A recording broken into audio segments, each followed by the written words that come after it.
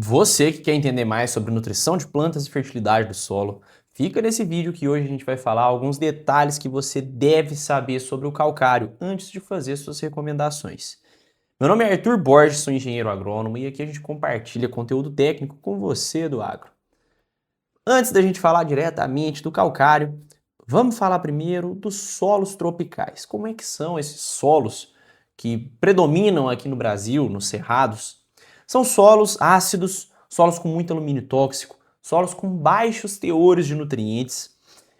Ou seja, são solos muito intemperizados, são solos que já sofreram muito com desgaste e hoje em dia possuem essa situação, que se a gente chegar e plantar culturas que já passaram por melhoramentos, culturas mais exigentes, não vão ser um bom ambiente para o desenvolvimento das raízes dessas plantas. Então a gente precisa solucionar essa questão antes de plantar. E o calcário, ele é justamente uma solução para isso. Ele é como se fosse uma luva, onde a gente consegue, por meio do uso do calcário, reduzir esses teores de alumínio trocável, alumínio tóxico, a gente consegue elevar os teores de cálcio e de magnésio e a gente consegue corrigir o pH desse solo, deixando esses solos com um pH mais ajustado, menos ácidos, de forma que a gente vai ter um ambiente muito mais favorável para o desenvolvimento das nossas plantas. Inclusive, o uso do calcário, ele vai melhorar até mesmo a eficiência dos fertilizantes que a gente vai usar nessa área. Então ele é um pré-requisito para a gente conseguir produzir nesses ambientes. O calcário é um insumo extremamente valioso para quem trabalha nesses latossolos, os solos do cerrado. Seguindo adiante, o que é o calcário? Como a gente já disse, ele é um corretivo de acidez e ele é originado de rochas calcárias. Ele nada mais é do que rocha moída. Nessas rochas calcárias a gente pode ter os minerais calcita, dolomita, onde a calcita geralmente predomina, que é o CaCO3.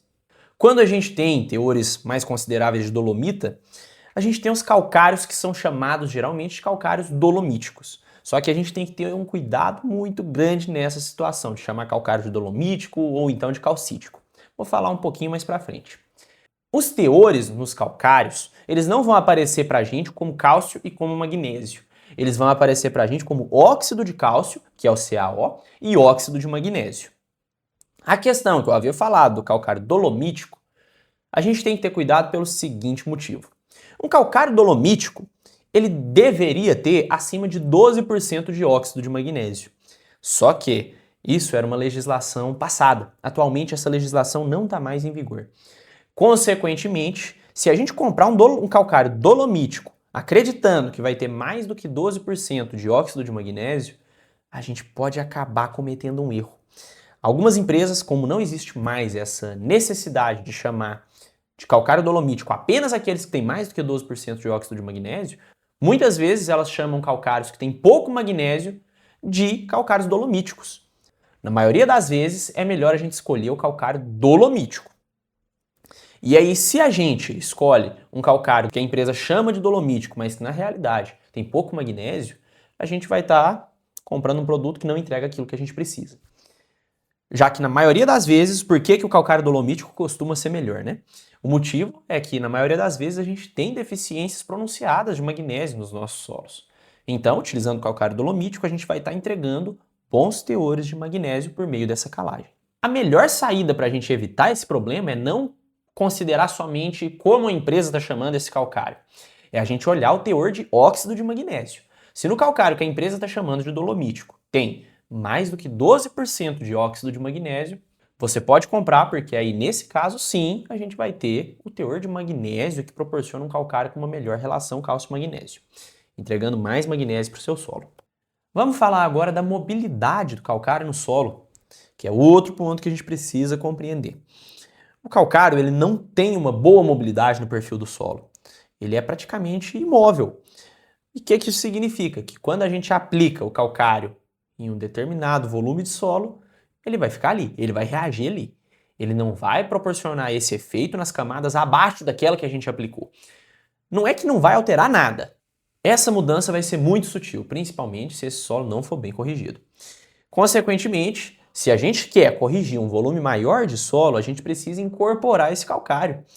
Se você vai implantar um sistema de plantio direto, implantar uma cultura perene, implantar uma pastagem, o momento de incorporar esse calcário é nessa hora. já que a gente vai distribuir o calcário, depois passar algum implemento, uma grade, por exemplo, que vai revolver esse solo e levar esse calcário para as camadas mais profundas. Desse jeito, a gente corrige o pH em profundidade, a gente entrega cálcio, entrega magnésio em profundidade e ainda neutraliza o alumínio trocável em profundidade, proporcionando um ambiente muito melhor para as raízes das nossas plantas. Aqui só uma demonstração, se a gente aplicar lá na superfície desse solo aqui, dessa imagem, o calcário vai ficar lá. No ambiente mais profundo, a raiz vai continuar enfrentando desafios para conseguir se desenvolver. E por que a gente deve calcular a dose de calcário, saber fazer uma recomendação? Porque se a gente fizer uma subdosagem, a gente vai ter uma persistência dos problemas que já tinham nesse solo. Claro, de uma maneira mais branda, de uma maneira mais leve.